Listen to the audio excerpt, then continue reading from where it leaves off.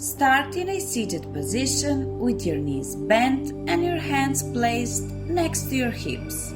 Keep your back straight, lean backwards slightly, lift your feet so that your shins are parallel to the floor.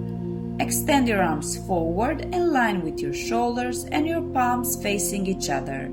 Extend your legs to a 45-degree angle, forming a V shape with your body. Keep your breathing easy and constant. To release the pose, exhale while lowering your hands and feet to the floor.